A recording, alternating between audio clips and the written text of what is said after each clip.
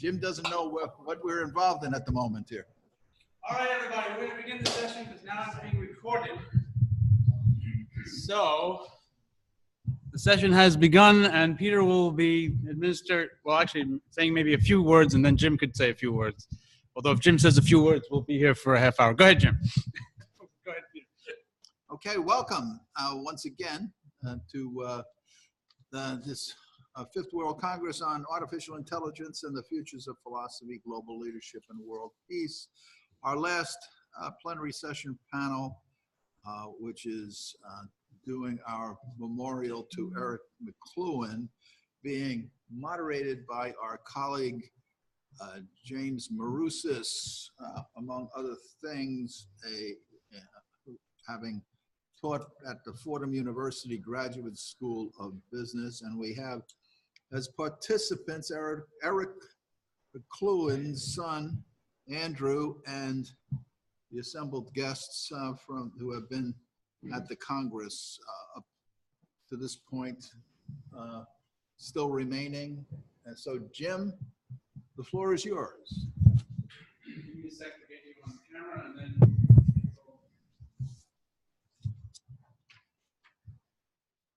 Okay, whenever you're ready.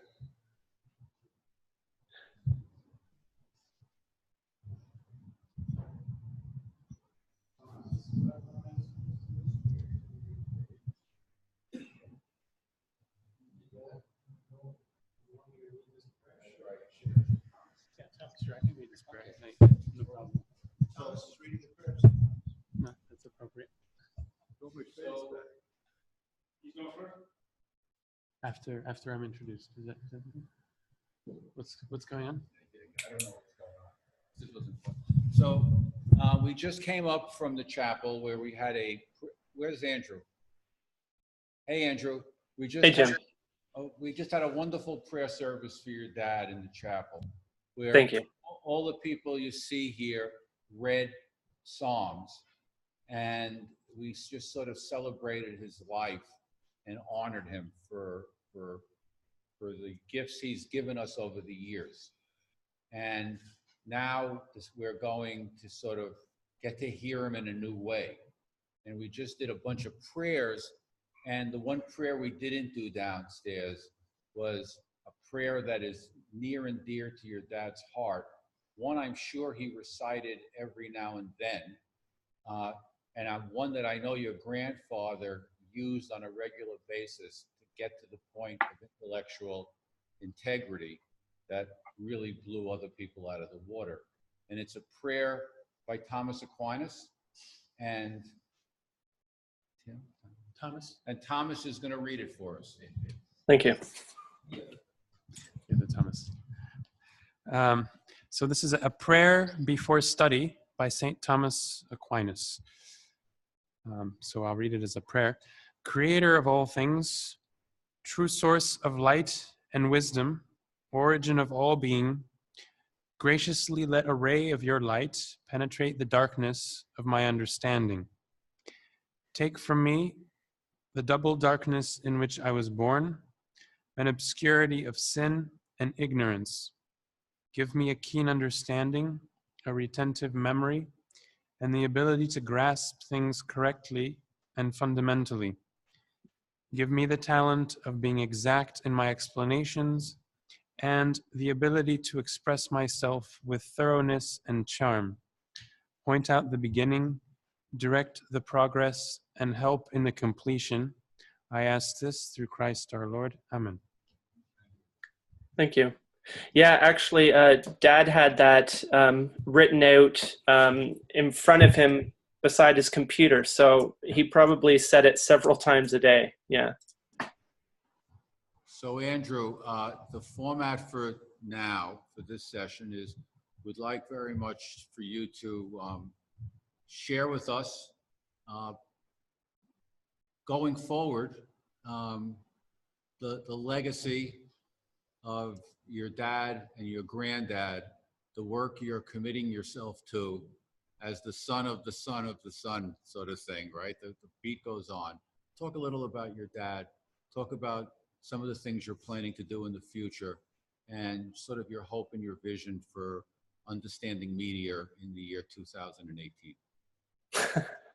And in 10 minutes or less, please. Just that? Yeah, that's all. Yeah. Goodness. Well, when you say it like that, it sounds like a lot of work, Jim. And I guess it is.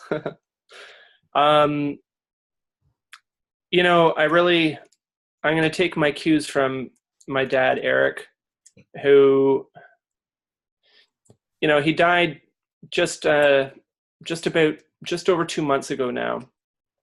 And during that time, I've come to see how there are a lot of parallels between his path and my own. He spent 15 years or so working with his father, Marshall. I spent about 10 years working with Eric, very part-time, not nearly as closely as Eric worked with Marshall. Dad was really the understudy and an apprentice, and he took over a lot of things for Marshall. He was a scholar, like Marshall, and like you all there, and I'm not a scholar, and that's okay. Marshall died when my dad was 38 and had a couple kids, young kids, and a wife. My dad died just before I turned 40. I have 2 kids, 2 young boys and a wife. And, you know, for the last year, I've been working on this thing called the Mcluhan Institute, which is what I'm setting up because I saw that Dad wasn't going to be around forever. And after he goes, then what? How do we carry on? And I'm speaking kind of personally, but also generally for the world. And so I realized that I had to set something up or nobody else would. And Dad was really supportive of me, letting me take it in my direction, but answering any questions I had along the way. And I really felt this urgency because, you know, he was in pretty good health, but not the greatest. And I realized there would come a day when I would want to ask him something and he wouldn't be there. And this is that day. And what really gives me courage to go on is a few things. For one, Dad and I were in Colombia at the end of May, where he was giving an address to the Universidad de La Sabana, who were setting up a new communications program, a doctorate. And in his address to them, he told them in sort of off-the-cuff remark at the end of his speech, Media Ecology in the 21st Century, he said, look, you're doing something new. You're in uncharted waters. Nobody has done exactly what you're setting out to do. And he said, have courage, be bold. And the last thing he said very forcefully was courage. And I really take that to heart for what I'm doing, which hasn't been done before. Another thing which really gives me courage is, you know, my dad was a really impressive scholar. Like, I'm sure you all know, you couldn't slip anything by him, and his academic chops were the highest. That said, his method was this. For instance, he wrote a book a few years ago called On Formal Cause. It was an essay which turned into a book. And that came about because of interaction with people on the Media Ecology mailing list who were throwing around the term formal cause as if it were bread on butter. And in my dad's opinion, they didn't really know what it was. So instead of just saying, you've got it wrong, this is what it is, what my dad did, and this is the scholar he was, he taught himself Greek so that he could go back to Aristotle on formal cause and figure out the thing from the ground up, to be able to go into his father's writings and figure out where and how Marshall used the term, so that he would be able to write and give a definitive answer as to what formal cause was. So that is my example, and that gives me courage, because now I know if there's something I don't get, and there will be lots of it, there is lots of it, it's a matter of discipline and putting in the work. And if that means learning Greek to get to the root of the problem, that's what it takes. And the other thing which just gives me courage is just the fact that my dad believed in me, and he felt that I was capable of taking this all forward. So so that's essentially what I do. And I've been working on this thing called the Mcluhan Institute, which was really meant to be a center for Mcluhan studies going forward from now, essentially, and a place to pay homage and respect to the work that Marshall and Eric did, but also a place to use and develop that work going forward, because now more than ever do we need to understand how technologies work and how we can possibly get ahead of the curve on it. So that's where I am, and I really appreciate that you all gathered here to pay a bit of a tribute to him, and thanks for that, guys and lady. You remember Jacqueline, yes? Oh, Sorry, you're kind of far away from me. Hi, Andrew. We met a couple of times when your dad spoke at Fordham recently. Oh, okay. Jacqueline, your last name, Jacqueline? Egan. Jackie Egan, of course. Hi. Jacqueline, well, I'm a student of your dad's at Fordham. Yeah. Wonderful experience. But very, very fond and warm memories of your granddad and your father.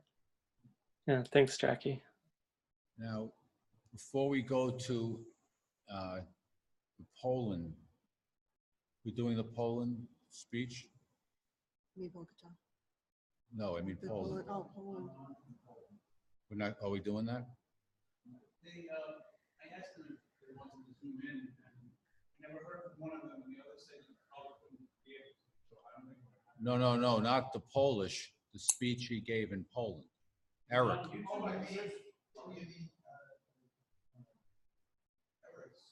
Yeah.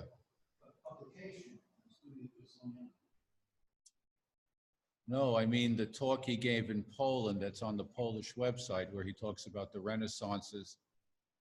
Okay, so let's go forward. Why don't we introduce the other participants on the screen? Could, I can't see that well, so who?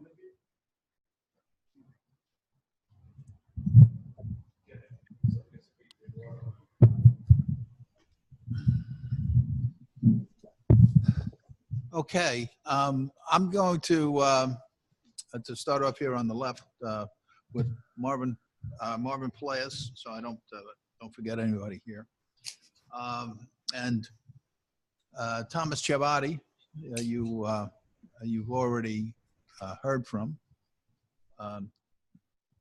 As we go along, if you would like to say something, would you like to? Ed? I was thinking of the people on the screen, Peter. They all have Okay. I mean, Bill's there, right? okay, yeah. His Eminence, huh? Reverend Bill McVeigh. Hello. And Eduardo. And Eduardo. So why don't you guys feel free to say something, and then we'll Great. go through the screen. I thought we were going to be listening to the lecture that he gave in Poland, and I was on that lecture. So why don't we go this route, and then we'll see where the talk goes. So Bill. Your Eminence, would you like to tell us about your experience with Marshall McLuhan? Yeah, I got online earlier, so Andrew and I had a chance to talk. I didn't know Andrew's father, but I did know Marshall. my first impulse, what I would say about Marshall, I always considered him, when I saw him, to be a genius, but he was just an incredibly kind man. And I thought very humble. I remember seeing him at sessions around the University of Toronto where some idiot would stand up and just, go after Marshall viciously. And Marshall would say, now, that's interesting. Let's probe that. And within 5 or 10 minutes, he would have turned the person around completely. Most of us would want to go out into the audience and strangle the person at his arrogance. I couldn't believe his absolute patience with people. And from Marshall, I got a word I still love. Let's probe that situation. That still stuck with me. But anyway, I knew him because I was a Catholic priest at the time, and I was studying at Wilfrid Laurier. These were during the ecumenical days, and I was studying with a lot of continental philosopher types and social scientists, and I was trying to write a master's thesis, and I needed some help, and I wasn't getting it from the staff up there, and so I called Marshall Mcluhan because I was very taken up with his writings and my thesis. This sounds weird, but the thesis was on the hippie cultures and the ritualistic use of LSD, lysergic acid dithylamide, and tribal behavior. And that wasn't going over very well with the faculty at Wilfrid Laurier School of Religion and Cultures. So I thought I would try and get Marshall Mcluhan in my corner on this. And so I went down to see, I said, can I come down and see you at Toronto? He said, come and see me in my office. And I was just taking a lot of heat on this topic, but Marshall was so interested in the topic, he had canceled out most of his afternoon. And so I got there, and I got there a little bit early, and I got there about 11 o'clock, and he said, just sit there for a while. I've got a few students coming in working on papers. I want to get through this first. And I sat there as he was working with his students, and it was wonderful to watch how this great mind, who was at that time very popular in Canada and even in the States, that's when Marshall was just hitting his rock star status. And just, again, the humility of the man came out, and his classical tradition, it was very obvious. And so we had lunch, and we spent time. He took me over to his cultural center, and then he invited me back a second and a third time, and he clarified his works as best he could for me, and I included them in the dissertation, and I probably never would have got through it, without his help. And so I just never forgot those sessions. And he has influenced me all these years. And when I talked to Andrew, I'm like a lot of people who knew the real original Marshall Mcluhan and his works. I'm still surprised that his popularity isn't what it used to be. And I have stood up among friends of mine in circles and claimed that Marshall Mcluhan was one of the greatest minds of the last 100 years, especially in Canadian and American scholarship. And some people said yes to that, and others just booed me down and scoffed at me. But I still maintain that. I think he's one of the finest minds, especially in Canadian scholarship in the last 100 years, if not in American scholarship. And that should be taken much more seriously. So, like I told Eric, if it's God will I get this dissertation finished, and I'm up in Toronto, I will drop in and see you and support what you're trying to do to keep the memory of the great Marshall Mcluhan and your father alive, because it's more necessary now than ever. When I leave Mexico, I'm meeting with 3 young guys who want to start a company in artificial intelligence, and they want me to talk with them, help them with the marketing. And I will bring some of the attitudes and spirit of Marshall Mcluhan, working with artificial intelligence. And so I'm at the age of 76 and still pushing the cause of your grandfather and your father. And Jim, good to see you. You gave me that reference to Claremont on the instrument to measure virtue, and I have included it. I have included it in my dissertation after talking to the people at Claremont. it was a great help, and I appreciated very much your time you've given me, and I'll try to get in contact with you, but I've lost your email address and fill you in a bit more. Thanks very much. That's all. Thank you very much, Bill. Appreciate it. Yes, Jim, thanks you very much, Your Eminence, and we're passing the microphone down to Jim. Now, look, the medium is the message, and spastic interactions in new media are par for the course. So I'm in the spastic mode. I'm not used to doing this kind of thing.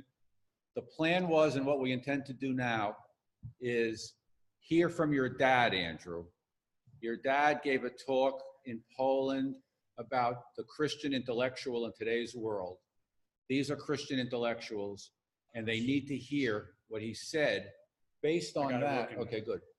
After we hear him for 20 minutes, I'll talk a little about it and then open it up to dialogue with everybody else. Is that okay with everybody? That was the plan. Right. Terrific. And Okay. it's important to understand. Can you guys hear me? Can they hear me? I don't know if they can hear from you. Why don't you come back and I'm poised whenever you're ready, but finish your point. Okay. So what we're looking at here, Eric, the son of the son, right? So I have Andrew, I have Eric, and I have Marshall. I studied with Marshall. I was a co-student and pupil with Eric. So me and Eric used to talk on the phone for 20, 25 years. I would call him up. He would tell me something. I would say, that doesn't make any sense. I would call him back. Now I understand. He would call me back. So we had this great relationship going for all these years. And then it was one phone call. Then Andrew came into the picture about a year or two ago. And all Eric was talking about was my son, Andrew, and what he's planning to do. So there was this wonderful, I'm not going to tell you too much, Andrew, in front of other people, but there was this wonderful transferring across from father to son and from father to son, right? And as both your father and your grandfather used to say, and I think they got it from somebody else, the child is the father to the man. Yeah. So, right? They got that from somebody, right? Yeah, it's a poet, Frost. No, but whoever it was, the child always tells the parent what the parent needs to do to be the parent. And the parent invariably says, I don't know how to do that. So the parent has to grow up to learn to be the father and do the father's work. Now, it turns out, in terms of the understanding of media, our children are our technologies. The child is the father to the man. That cell phone, and one of you, I think your granddad used to talk that we're the sex organs for technologies. They interact with us, and then out of us comes the new baby. And then comes the new baby, and comes the new baby. Then the new baby is going to say to us, Daddy, I need something. And Daddy doesn't know what the hell to do because it's a new technology, it's a new medium, it's a new world. He doesn't have a clue, or the mom doesn't have a clue. So what does the father have to do? Understand media. If you're going to be an adult in the 21st century, you have to learn to understand media. And you know this, and your dad knew this, but understanding media was supposed to be the third book. The first book was understanding literature. The second book was understanding poetry. And the third book was understanding media. And the first one was written by, I think, Penwar, and these are all the practical, critical guys. So your dad and your dad's dad and you realized that to grow up, you needed to learn to read and speak in a way that's appropriate in the new world that they created, right? So having said all of that as a sort of a preface, Eric here is addressing one of the oddest things, and he started talking about this about 8 years ago, this idea of the Renaissance. The cycle, yeah. The perpetual Renaissance, the Renaissance we're in right now. And so why don't we hear what he has to say, hear what he says the Christian intellectual absolutely needs to do to be Christian and intellectual in this world, and then throw it out to dialogue and discussion with the group so that we all can learn together. So having said that, Okay, so I'm going to start this in 30 seconds. I just want to say two things. One, I believe this begins off with a little bit of Polish, perhaps an introduction, and then he begins speaking. So you may have to wait a minute or so. Three things actually I have to say. Two, if it's too loud, I can move it away a little bit. So let me know if it's distorted such that you can't understand it. And three, I do want to say, Andrew, that I lost my own father in 2014. I was around 40, and it was a few weeks after my second son was born. So that part of your story was very moving, actually. I know how it is. I hope I could live long enough so that, you know, my sons will have me at least till 40, but it's a tough thing. So I'm very sorry for your loss. So Yeah, let's hear from your dad as best as we can in this makeshift way. Let us say a prayer to Our Lady of Wisdom Back off. that we conduct ourselves well this morning. Better? I would like to offer a few thoughts about the environmental conditions in which we find ourselves today. New circumstances call for new approaches to adjusting the relation between the gospel and culture. The church is the rock. You remember 2S Petrus. So how does the rock relate to the shifting sands of popular culture? Our world is clearly in turmoil. A recent development being economic problems. But these global economic ills illustrate the state of our interconnectedness in the electric age. All of the established patterns of culture are being modified, even discarded. Everything current is old, everything old is new. There are few, if any, standards on which we can rely. The roles of men and women and those of children are shifting weekly, it seems. Even literacy has lost its central place in culture and in everyday affairs. These and a host of other confusions are not isolated incidents, but developments spun off by the Renaissance surging in our environment. This Renaissance has been with us since the time of the telegraph, where other Renaissances have been confined to a couple or a handful of cultures at a time. This Renaissance involves the entire world simultaneously. An immense Renaissance calls for the reappearance of Renaissance man, skilled in reading all literacies and able to understand the language of environmental forms. The Renaissance that surrounds us in this new millennium is the greatest Renaissance of all, partly because it subsumes all prior times and all prior forms of awareness. In the West, we are recycling and revisiting not only our own culture, but also we are exploring all the other cultures, every form of experience that humans have ever created or ever indulged. The content, then, of this Renaissance that is raging all around us is the entire Neolithic era.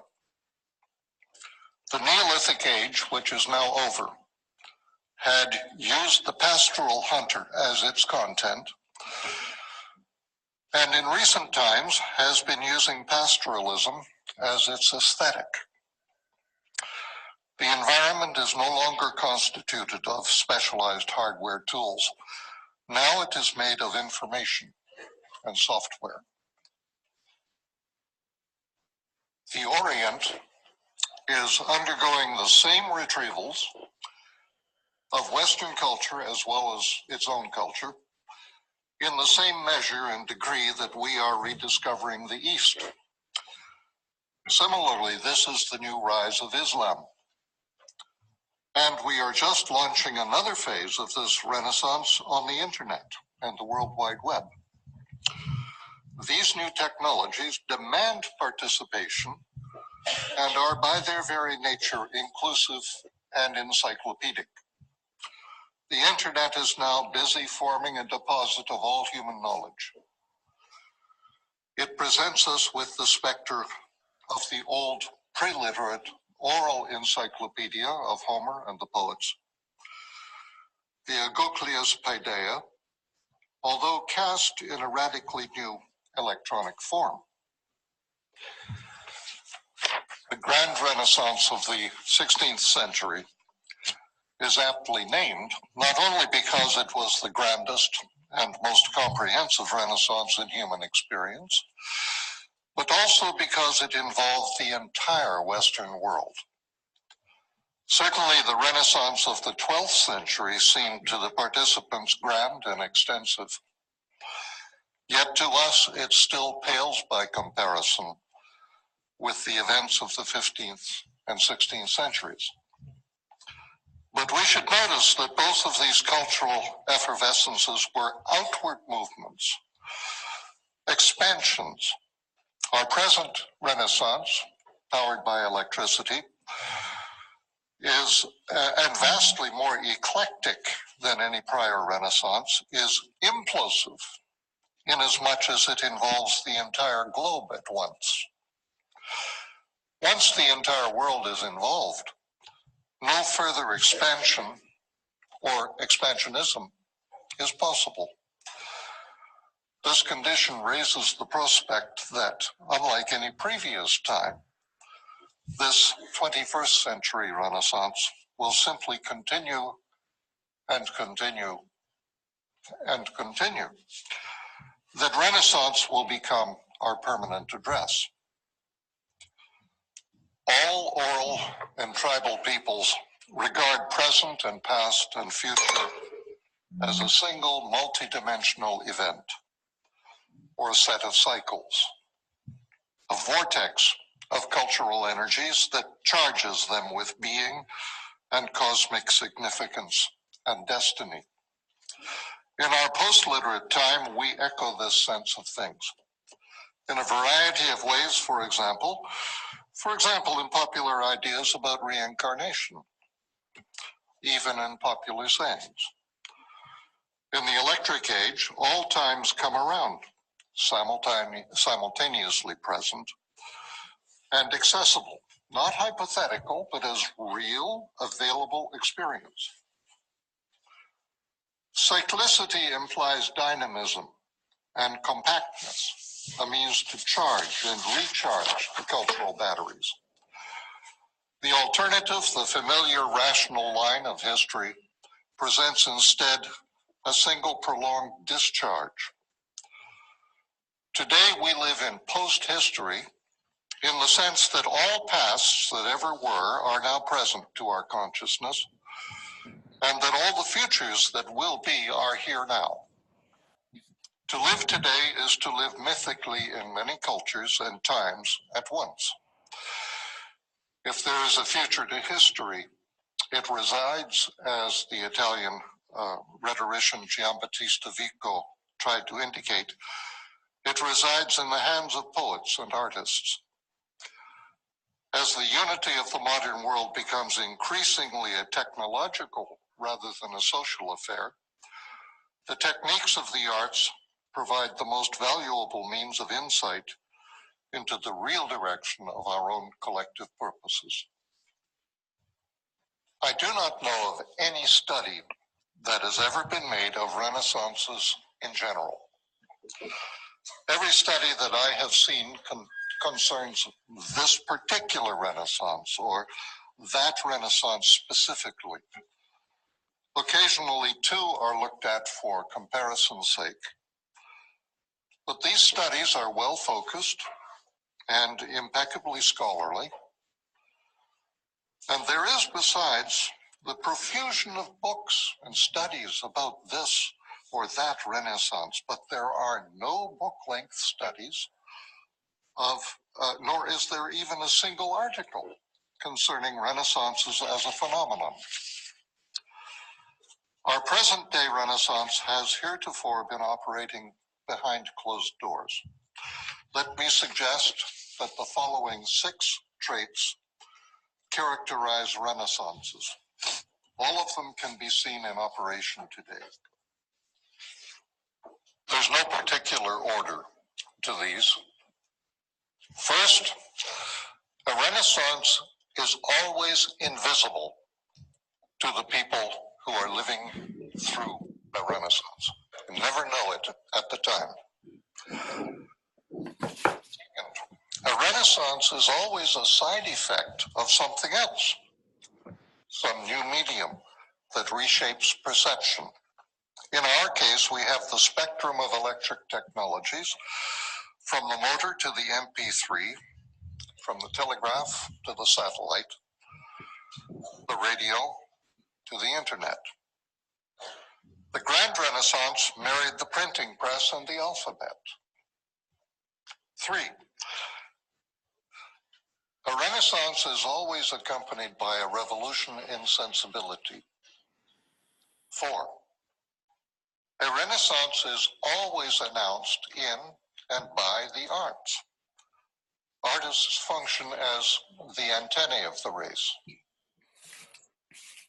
5, a renaissance always serves as the advanced phase of a new mode of culture and society, new fashioned identities for everybody. 6, a renaissance is always accompanied by a major war. In our case, we've had World War I and II. We've had the Cold War and others, and now we are embroiled in the first of the terrorist wars. At the speed of light, the front is gone. The battleground is the outward globe and that much larger paysage intérieur. In the global information age, both the nature and the meaning of war are changed. The global village of the radio era has been replaced by the global theater of the satellite age. All of us now have corporate masks and roles and new group identities to replace old job patterns and detached individuals. Those were the legacy of the alphabet and the printing press. For many centuries, Christianity has relied on a ground of literacy as a medium for transmitting the gospel. Now that that ground has been supplanted by an environment of electric information, we find ourselves in a culture increasingly without ties to literacy. The phonetic alphabet gave us, for the first time, the experience of detachment and separation. Separation of sound from sense in the alphabet, the abstract meaningless phoneme, and the abstract meaningless letter, and Euclidean abstract space. From the alphabet, we learn separation of thought and feeling, of action and reaction, and of knower from known. Detachment of the knower breaks the tribal bond and allows the individual person to emerge from the group and to flourish. Print vastly accelerated these processes and produced the Grand Renaissance of recent memory. The Renaissance today features instead a hunger for ever more involvement in every phase of social and cultural life and entertainment. Mimesis, not objectivity, fuels this hunger. Our ways of knowing have already shifted to the ancient pattern without our even noticing it. Just look at the present form of advertisements and video games and the array of masks and icons and participatory roles that we shoulder when we venture onto the internet.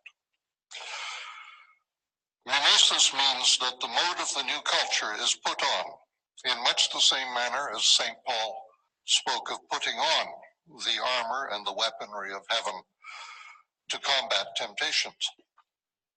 It is much more than simple imitation. When Aristotle observed that mimesis is the process whereby all men learn, he was simply acknowledging the put-on as a conventional way of knowing. We put on these new media whenever we extend ourselves into the global environment. Plato declared war in the Republic on the poetic establishment of his time over their use of mimesis. Today, it seems the global information environment has declared war on Plato.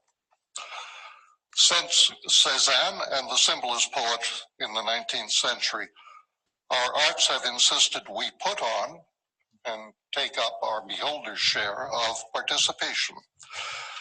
Modern advertisements, lifestyle ads, and others equally serve up not products, but styles and group images and corporate cultures for us to participate in. Role-playing and participation in video games and fantasy worlds is the main fount of user satisfactions. Group culture features some curious manifestations, including no-fault divorce and no-fault auto insurance.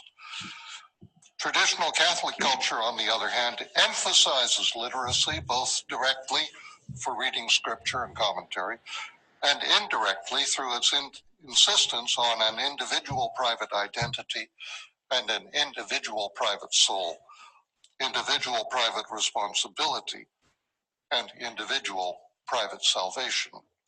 Consequently, traditional Catholic culture, no longer mainstream, finds itself playing the role of counterculture everywhere in the world. We brought an end to literacy when we killed that hydra, the reading public. In its place have sprung up dozens of eager little baby literacies. The old reading public had reverted to the earlier stage of small groups of readers, reading clubs. Those who read now do so in an atmosphere of post-literacy. We are surrounded by people, that is, who know how to read, but on the whole prefer not to. The new literacies appear in every area imaginable, from various media literacies like film literacy and television literacy and computer literacy, radio literacy, to the arts. Art literacy, we have sculpture literacy and music literacy. There are also cultural literacy, what is called numeracy, which means numerical literacy, environmental literacy, and so on, by the hundred, and new ones appear every week or so. But we are immersed in a renaissance, a global renaissance for the first time in human experience, and one which is still gathering momentum. Most of our previous renaissances have, after a century or so, subsided into the new culture that they brought. The renaissance that envelops us today receives fresh impetus from each new technology that bursts upon the scene. Now, a renaissance is particularly a time of retrieval and revival and updating. The time is ripe now to revive those aspects of Catholic culture consonant with the new sensibilities and the new demand for mimetic involvement. The time is ripe for updating all the meditative modes of prayer and liturgy, for retrieving manifold interpretation of Scripture, for reviving Catholic mysticism, for revivifying the fullness of our learned tradition, the Translatio Studii, as a simultaneous event. The current decline of alphabetic literacy and its supplanting with all those little literacies actually constitutes another revival, one familiar throughout the Middle Ages. The schoolboy's rhyme sums it up: omnis mundi creatura, quasi liber et pictura, nobis est et speculum. It was ever held that God himself speaks to man in two ways: through Scripture and through that great speech called The Work of the 6 Days. So there arose the trope of the 2 books which are set before man to read and to interpret, the book of nature and the book of scripture. And of course, the 2 were in complete harmony, though the 2 texts were written in entirely separate languages, one in a language of words and one in a language of forms. You might even say that the language of the one is software or information, and that of the other is hardware, things. From the first, the 2 books meant the existence of at least 2 literacies, each offering simultaneous levels of meaning. For the one, the familiar 4 levels of interpretation, literal, allegorical, tropological, anagogical, and for the other, the corresponding 4 causes, the formal, efficient, material, and final. He who would read both books, the grammarian, had to be versed in the arts and the sciences. He had to be able to work with any language that came his way. He learned to read the language of forms. The grammaticus, or man of letters, could read and decode any literacy. Our contemporary environment of multiple literacies is a sure sign that the 2 books are reasserting themselves. Modern education must include training in both books, the divine and the human. Gospel and culture. The Book of the World today includes the literacy of environmental ecology and that of cultural ecology, and also now all the new little literacies, additional literacies come to light every few weeks, all in a multitude of forms as yet lacking any coordination.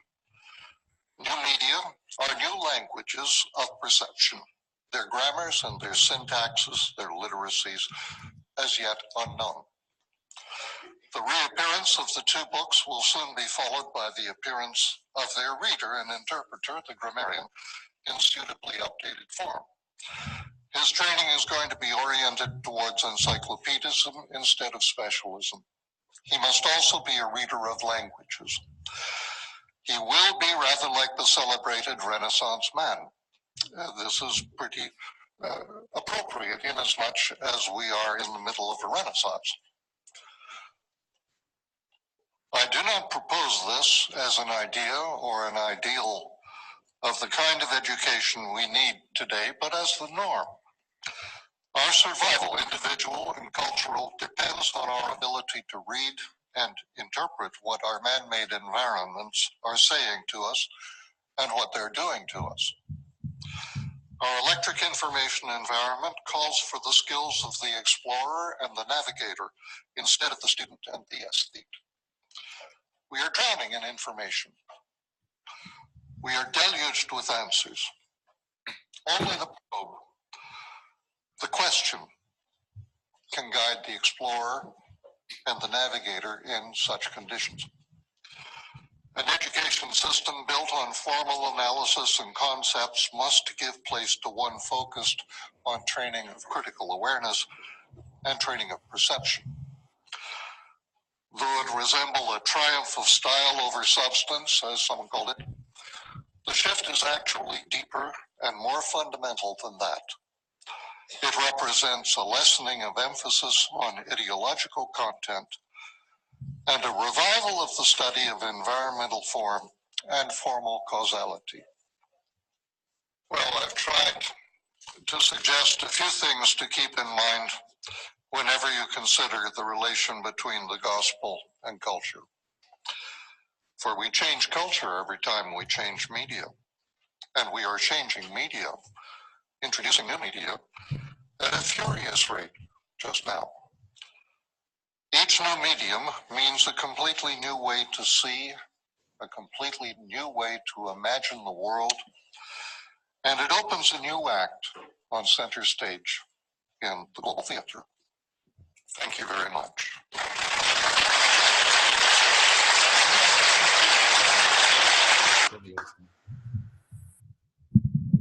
Okay, so So if anybody wants a print copy of that, feel free to email me and I can send it to you. Great. Thank you, Andrew. So the next step here is I'd like to actually hear what people heard just now. So, and that includes everyone. What did we just hear? Or better yet, what did you hear? I heard something interesting and really simple. It's that what was once our culture has become counterculture. Wait, can you say that again? I'm sorry. I heard something interesting and simple, which is that what was once our culture has become a counterculture. Okay, and you know, for what it's worth, Eric, I'm sorry. Notice the way this microphone is making it impossible to have a dialogue. And one of the reasons for that is per Mcluhan, right? Is the microphone is not meant for dialogue. It's meant for me talking to you. So why don't we have the dialogue on the blackboard and let the microphone pick it up if we can, okay? Because, so the idea is that culture is, Catholic culture is counterculture, but why? I mean, just actually, well, I don't even want to teach it, I want to hear it. But, so we heard culture, counterculture. I heard Counterculture. what had been the culture is now become a plurality of countercultures. Because wherever it is now, it's in different cultures, it's counter to the culture. Okay, any more? Yes.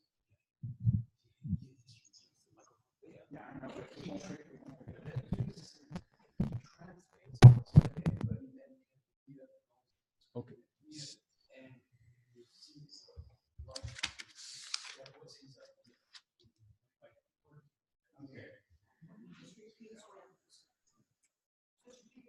Can you hear what they're saying?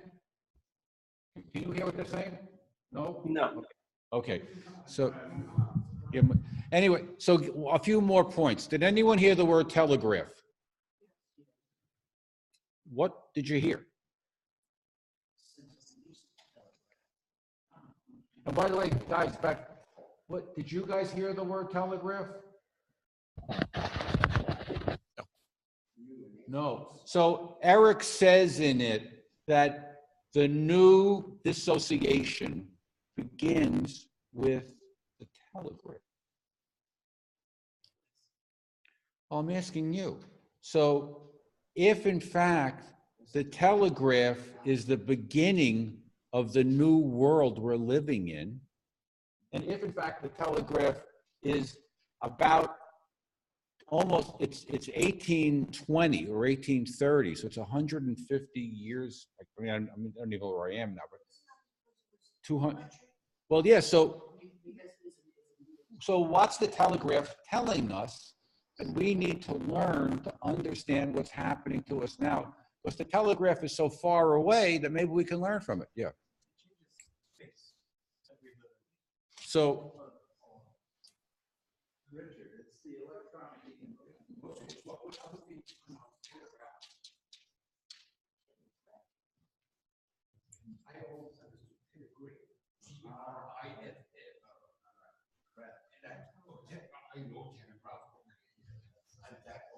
How much of this should we do? How do you read the telegraph? How do you read the telegraph?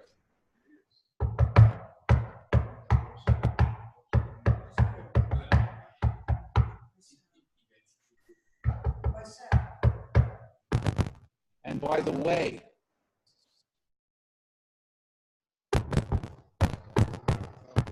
now, I don't know your first name. Richard. If you don't listen to what I'm doing right now, no, listen. I could be dead because of your refusal to help me. You know what I'm doing right now? SOS. Okay. No, I'm saying, what I'm, As a matter of fact, I Yeah. do not understand the Morse alphabet. Of course, I No. recognize every Here's the- doing the Morse alphabet, but I don't no, read that's not what I meant. What I meant is that the technology forces us to get anxious. Oh, I'm sorry. Oh, okay. Richard is one of the premier Renaissance scholars in the world, a friend of all stuff. Oh, great, great. He understands the whole Renaissance tradition and the people that study. I'm trying to get to the idea that the telegraph creates what Kierkegaard calls anxiety. So the concept of anxiety comes out after the telegraph begins to be employed. And what's the anxiety? All of a sudden, you're walking down, you're not reading a book. All of a sudden, something is going like this. All of a sudden, something happens. The entire world is my concern because it can happen with the telegraph. It's almost like social media in 1820. So if we're looking for the impact of the electric world, all I'm trying to point out is two things. What the phonetic alphabet does is what? Abacada. Or if I'm reading it, right? So I now have a soundless world. What the phonetic alphabet says is I don't need my eyes anymore. I'm now entering into a world where my ears have a new dominance. But not only do my ears have a new dominance, what happens to my sensibility? The sense of the world changes. My sensibility. You're a sensitive person. How much sensitivity can you handle? Can you handle the starving of people screaming for help in Africa at the same time as people are screaming because their boat's sinking in the North Atlantic, at the same time that a minefield breaks in South America? The point is the entire world is now is your fingertips, and your fingers are being stimulated by events. So every moment of your life, it could happen anytime. So you're no longer resting. So independent of what's being said, somewhere with the telegraph comes anxiety, dislocation of sensibility, and an incredibly interesting thing. I know what happened. The bridge collapsed, but I don't know where it happened. You see? So at Mcluhan's, am I saying this right, Andrew? Andrew, did I lose you? You following this? I'm following you. Now, I have a little thing here because your dad with both Eric and Marshall, they wrote a book called Laws of Media. And it's a tetrad. It's sort of like a vivisection. And yeah, can you put it up front? We're going to lose the participants. Can you guys see this? There we go. Okay, so it's got 4 parts to it, right? And this, in a nutshell, is what the telegraph did to us. Independent of whether you're using it to find the scores of your favorite baseball team, or if you're radically concerned about the well-being of people on the planet. The message is anxiety. And Mcluhan is saying, if we don't address the anxiety, maybe I'm going to blame you for me feeling anxious. So ratchet this up to what we have now. Road rage. Is it a function of the person who's driving next to me? Or is it a function of something else, my attunement to the world? You see what I'm saying? So when Eric talks about the need to recognize the renaissances and to recognize technology, he's saying something radically disruptive has happened. Much of what's happened in 1820. So if you're looking at 2018 to understand dissociation, you are 200 years behind the curve. If you think the problem is social media, well, it may be a problem, but a lot of the problems you're talking about happened with the telegraph. And a very good book to read here is the book by Neil Postman, Amusing Ourselves to Death, where he's talking in it about and he does this in the 80s, I guess, right, the 90s. He points out that the capital of the United States of America in 1980 something has moved, unbeknownst to people in America, from Washington, D.C. to Las Vegas. Because Sesame Street is what education is about. And if you're not into it, then it's not a good, I mean, all these things start happening. And Postman's examining this. So what Mcluhan is suggesting, and what Eric is suggesting on a level, is somewhere with the telegraph, something started happening. And I bring this up because everyone says telegraph. I know what the telegraph is, and goes. That's why I was pushing on that. It wasn't. And with the telegraph comes stuff. So I didn't bring my. Did I bring them? I can't read this. But so we don't need to go any further. But that one point is that the telegraph creates anxiety. What else the telegraph does that Eric and Marshall and Andrew will be talking about is it discarnates our spirit. When we're on the telegraph, where are we? When you're on the telephone, where are you? So he's now saying that part of our relationship to our bodies, which once was right here, is a body that's not just here. Right? And by the way, that doesn't make it not human. It just means it's human in a new way. Do you get what I'm saying? So that's sort of, so when Eric starts talking about these renaissances, one of the things he's talking about is it took a while for the telegraph to do its work. But three things happened. The telegraph, concept of anxiety. The telegraph, the concept, and that temperance leagues are formed at the same time as the telegraph.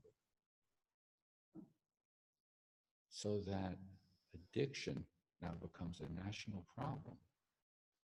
And I wonder why. Yeah. No, it doesn't mean. No, that's right. No, that's absolutely right. And that's not the point here. The point of Mcluhan's work is, that's right. So then what did I do in my session? Let's look at the next technology. Oh my, it's the same exact pattern. Let's look at the next technology. Oh my, it's exactly the same pattern. Let's look at the next technology. Oh my, it's exactly the same pattern.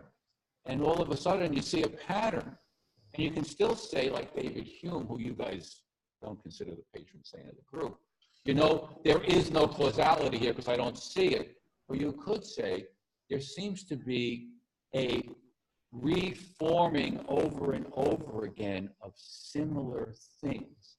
And when Eric talks about a general renaissance, he's saying, when will you begin to recognize that there are things you can predict and anticipate and look for? And if you do that, you won't be a sap anymore to what's being done to you.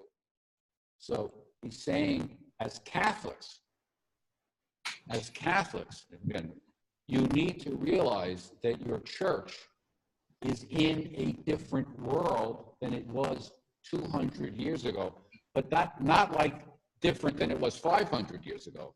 Something happens 200 years ago that stops what he called the Neolithic expansion. Somewhere 200 years ago becomes the beginning of an imploding. So if you're interested, the book you have to read is War and Peace in the Global Village, written in 1968, where he lays this all out. That's Marshall McLuhan. And what Eric is laying out here is what he learned from his dad, bringing it up to date. But Marshall's talking about this in 1950. And there's no reason not to. But now he's also saying something truly interesting. the Catholic Church, like any great tradition, the Catholic Church has a wheel of information it's not using because it doesn't know the world it's in. And until you know the world it's in, you don't know how to minister to the world. You will not find your sheep if you're looking for them in one world when they're all lost in another world. So he then lays out these criteria. And the criteria are, if you notice, he started saying Catholic mysticism. I didn't write them. Listen to what he said in terms of the things that need to be reintegrated and emphasized. It doesn't take away from anything that you're talking about right now. But what it does do is it brings people back to the flock. And you will get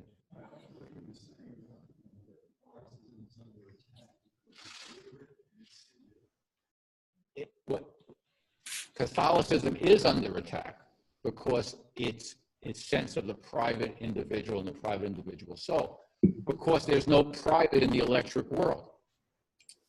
What does that mean to a Catholic? Well, I'm not a Catholic. What is it? What? No, what it means is, doesn't it mean I know what was said in that world about individual and private is 100% true. How do I say that in this world? That's the question. Well, it doesn't help because as a Catholic, it doesn't matter what universe you're in, you can say what needs to be said because that's what the gospel says.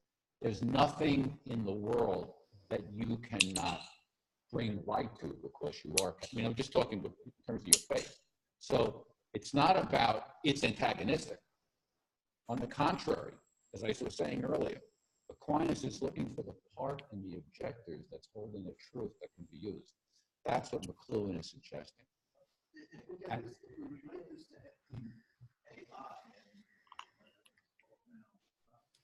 then the beginnings of the AI start with telegraph. And it's robotics are leading to the introduction of a singular mind. Then that singular mind starts with well, I don't know. I actually don't know if that's true, but what I do know is that it would be worth our while to listen closely. And then I went to what Eric learned from his dad, and then what Eric explored because of what he learned from his dad, to see how what he's saying may be something that if we understood, we could incorporate and work with in a way that's not antagonistic. So I think what you have, and it was wonderful. Was it wonderful to hear your dad, Andrew? Sorry? Was it wonderful to You're kind of breaking up. Was it wonderful to hear your dad speaking? Of course. I felt like on the phone with him. It was fantastic. Great to hear him, right? So having said that, I wanted to go, I really would have liked to and still would like to spend hours hearing what you heard, because it's precisely what you heard that gives us an opportunity to learn what you didn't hear and you need to hear to survive in today's world. That's the key. And until we're willing to get that we don't know what the hell is going on a certain level and we need to learn, which means I have to hear what I'm hearing and see what I can learn, we have a problem. He said so much, obviously, but it's all the hearing in the room that's important. Having said all of that, I don't know who these other two men are. Terry, I'm Jim Marousis. Would you like to share? Oh, okay. Yeah, Jim. It's been a couple of years since I've seen you here, and I'm not there. I'm not there physically. I guess maybe that's appropriate for the topic. I'm wondering though, when you say we're not this, well, I guess what I'm wondering is, is it more accurate in this sense to say you're not, on the phone, you're not on the internet, you're more in them? But if that's true, how would that be different from the idea of being, let's say, lost in a book? Is that you're asking me? Yeah, Well, remember, I'm not Eric or Marshall McLuhan, right? you'll have to So, do. I'll have to do. So I think one way is, and we talked about this a little earlier, is you remember those old movies, Look Into My Eyes? Look into my eyes, right? Look into my eyes. Well, when you're reading a book, the book never says, look into my eyes. Well, that may not, no, who said it doesn't have to? It never says, look into my eyes. When you're reading a book, you are creating the experience of reading through picking up the book and reading it. When you are on the phone, it's creating your experience. So it's not passive. And by the way, the other thing isn't passive either. To understand the effects of the book, you have to read Pope's The Dunciad, where he talks about the effect of reading, and Mcluhan used to talk about this all the time, about it being a numbing experience. Does that help you to answer the question? Sure. Yeah, appreciate that. Now, did you know Eric or Marshall?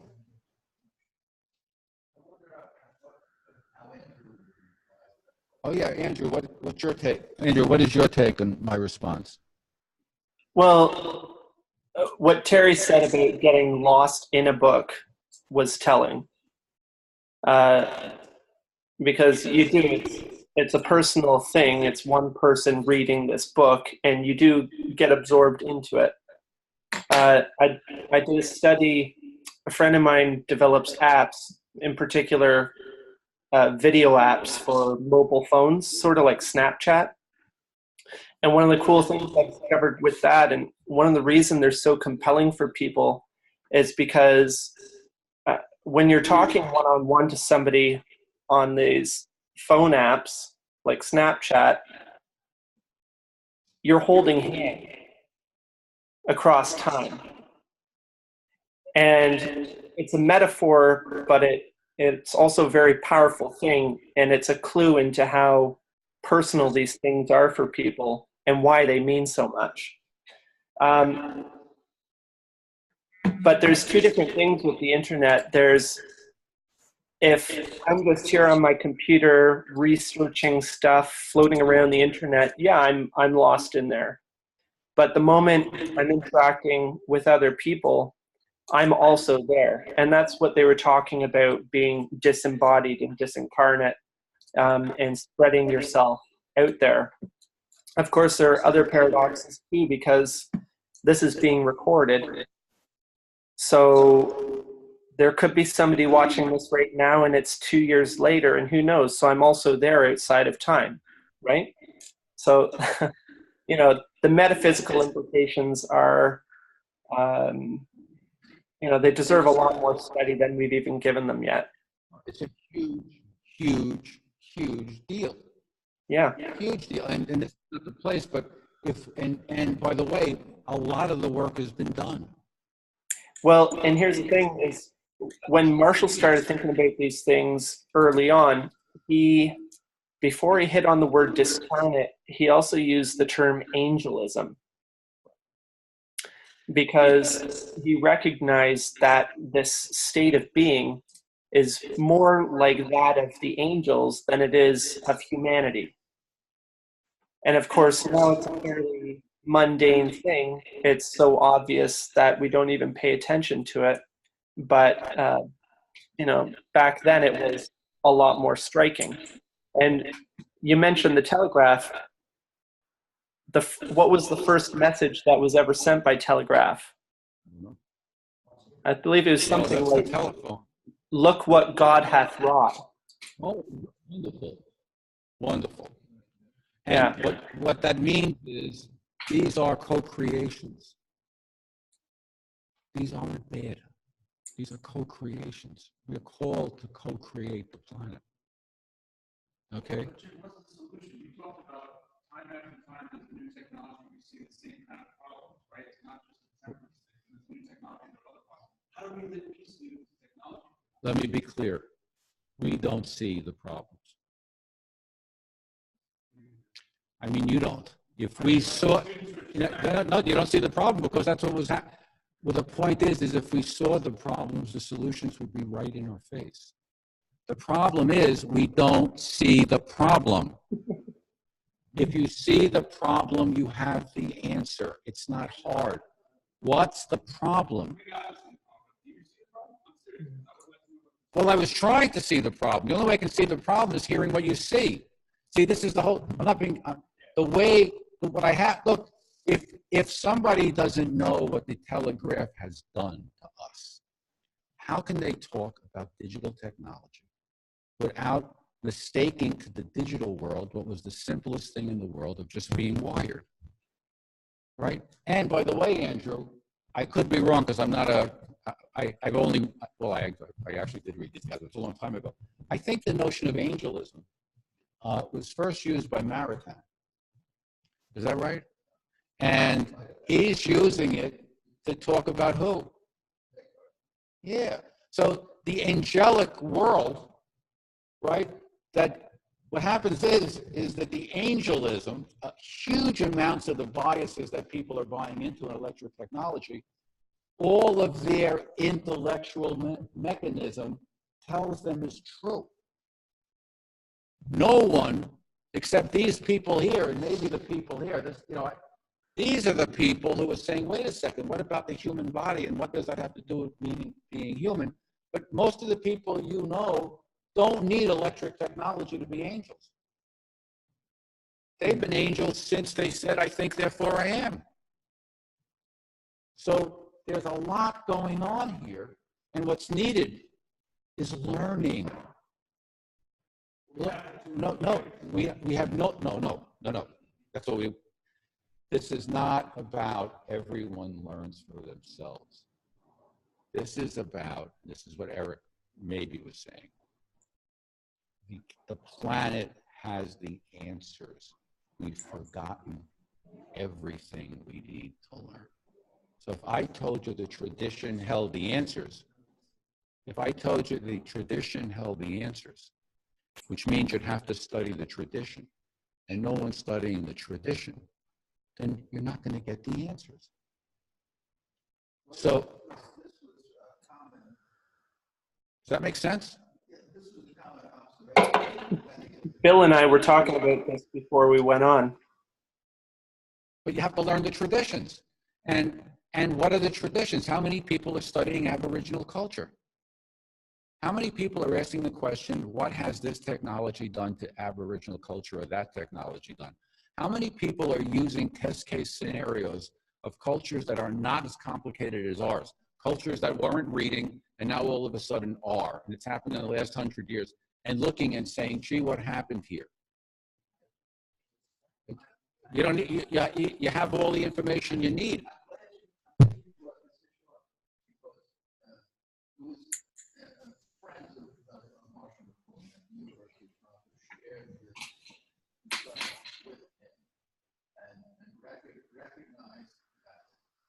Scientific development, philosophical development, artistic development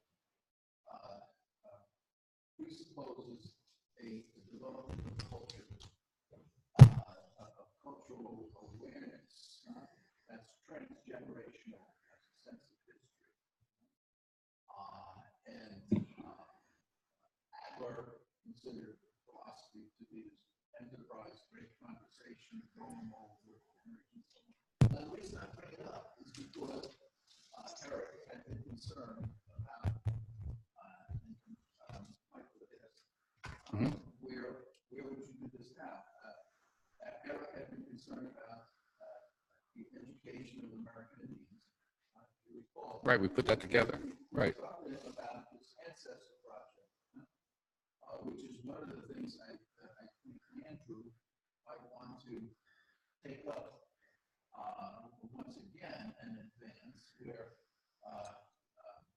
Jim, can you pass the mic over? Yeah. About the Foxfire. Remember the Foxfire Project? Of course. Right.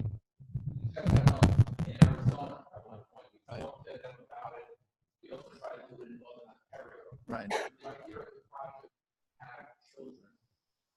Actually introduce their grandparents and write stories about very positive things. Right. And But you know what it's worth, that's a good thing.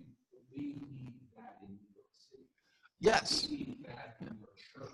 We need that. This is not about there. Right. Yeah. Well, now the reason I mention this is because since we talked about that a number of years ago, out in Arizona, the bishop brought in a community of Franciscans, a new order of the Franciscans, to educate the Pima Indians on the reservation in Arizona. So I think it might be a good opportunity as part of your institute, something that I think your father would appreciate, to get in touch with these Franciscans, because it's right up the alley of what the bishop wants them to do. Is that Peter speaking? Yes. Okay. Yeah, Peter, Marshall left Dad a lot of unfinished business, and Dad took up a lot of it. Dad's left me a whole lot of unfinished business. And the Foxfire Project is one piece. And it is something he believed very strongly in. And he tried to get, you were helpful with that. Didn't you put him in touch with somebody here in Ontario? Yeah.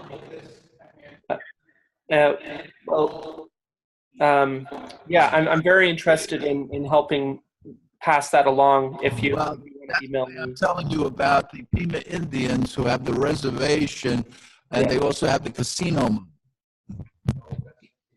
Okay.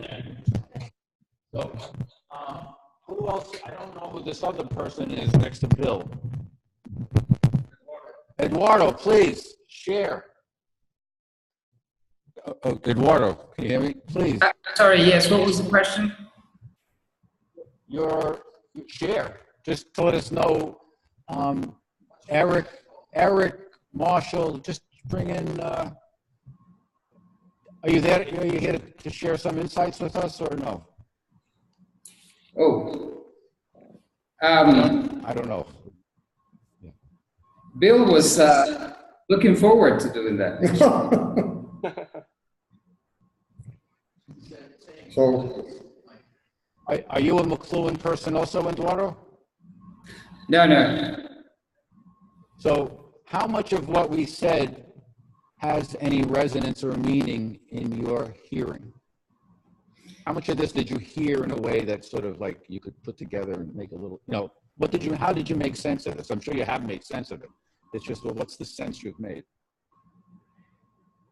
Yes, well, actually, I thought it was very interesting, both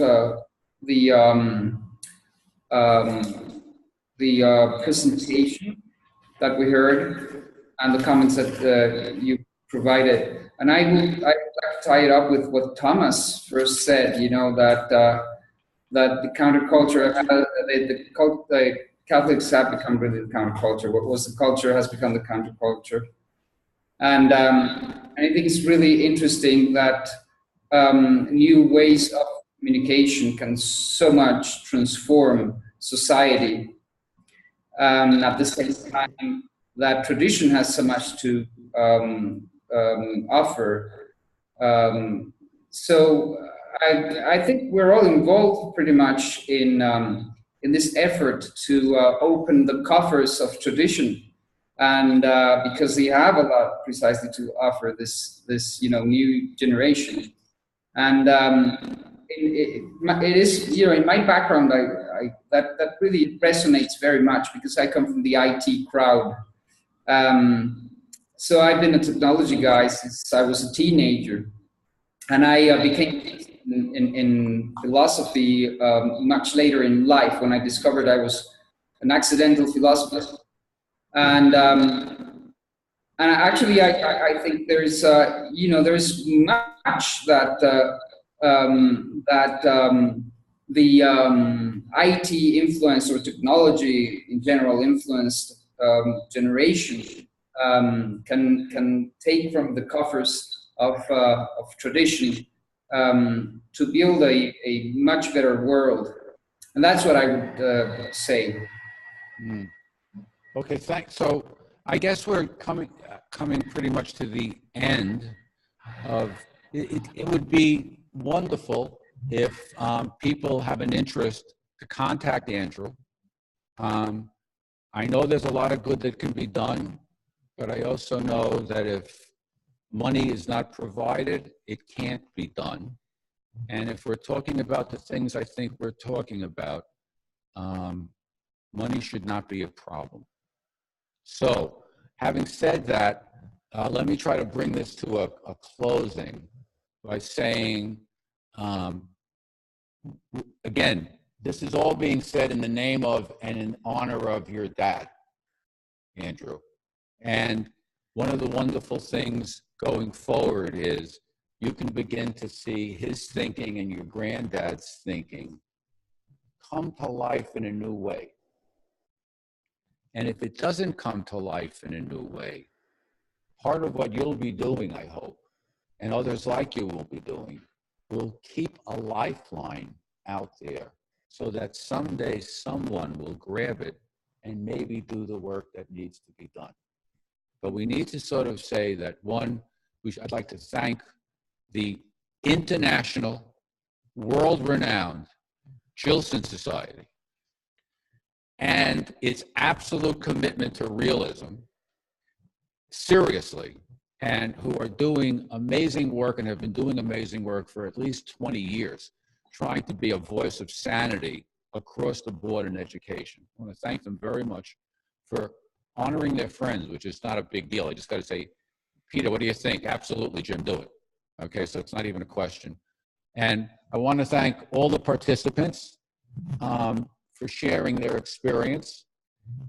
Andrew has made himself available, so if there's anyone who wants a transcript, I guess you would just send an email to Peter and he would connect you to them, or he'll send something out.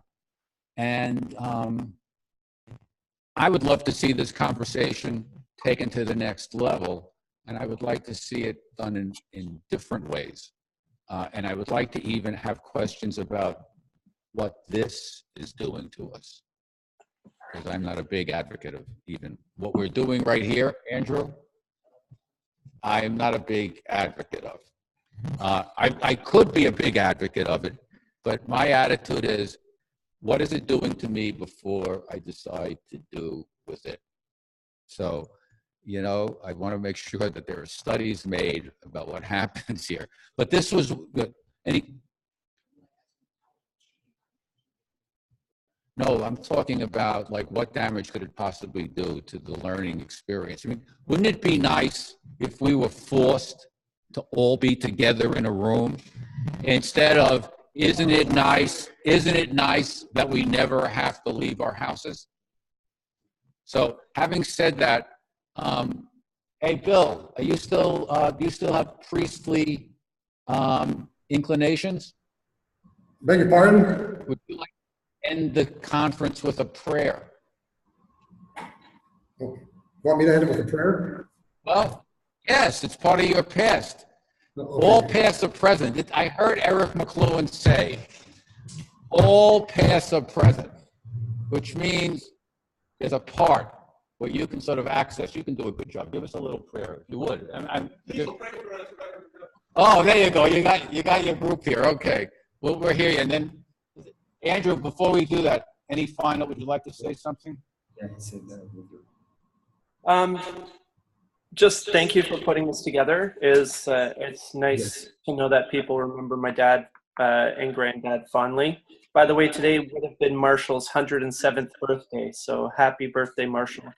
Oh, all right, all right. Yeah, I'm more than happy to send anybody the hard copy of that Renaissance speech if they want.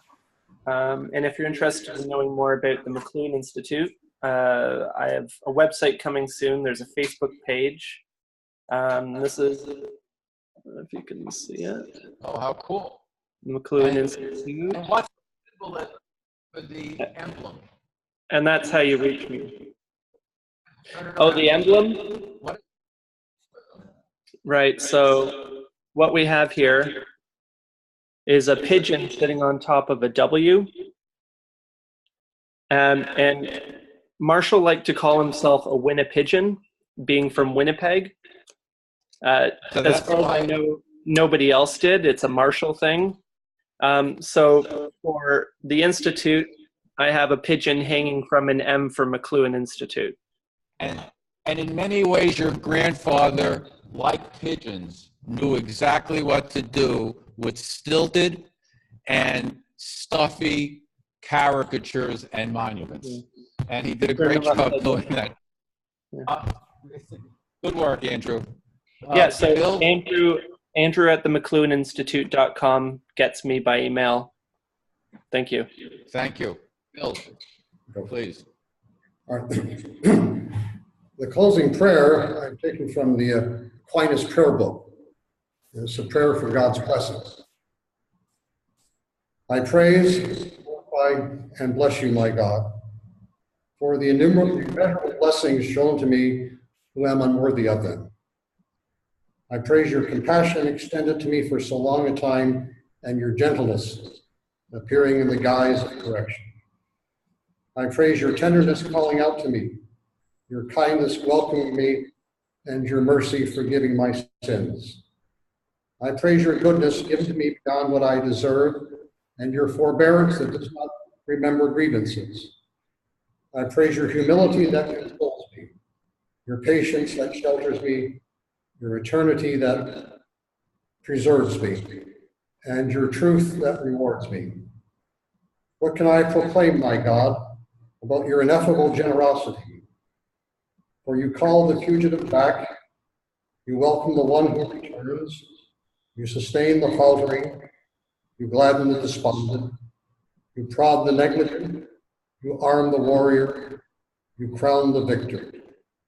You spurn the repentant sinner, you do not remember his wrongdoing, you free him from many perils, you soften his heart for penitence, you frighten him with chastisement, you entice him with promises, you castigate him with gods, you guard him with ministering angels. For you supply us with all temporal goods, you reserve for us an eternal good. You inspire us with the beauty of creation, you appeal us with the mercy of redemption, and we promise the blessings of your Lord. For all these I am incapable of sufficient praise. I thank your majesty for the abundance of your immense goodness. May you always increase your grace in me, preserve that increase, and reward what you have reserved. And so, Father, we thank you for the gift of Eric and Marshall Mcluhan, for what they have given us. And we look forward to that day when we once again, when we will finally join them as we enjoy the beatific vision through Christ our Lord. Amen. God bless you. Thank you very much. God bless you, Andrew. Take care. Thank you. Andrew, can Andrew stay on the line with us for a second? I want to talk to him. Can you stay on for a second? I'd like to try to end this session without everybody. Yeah, can you stop recording, but not end the session?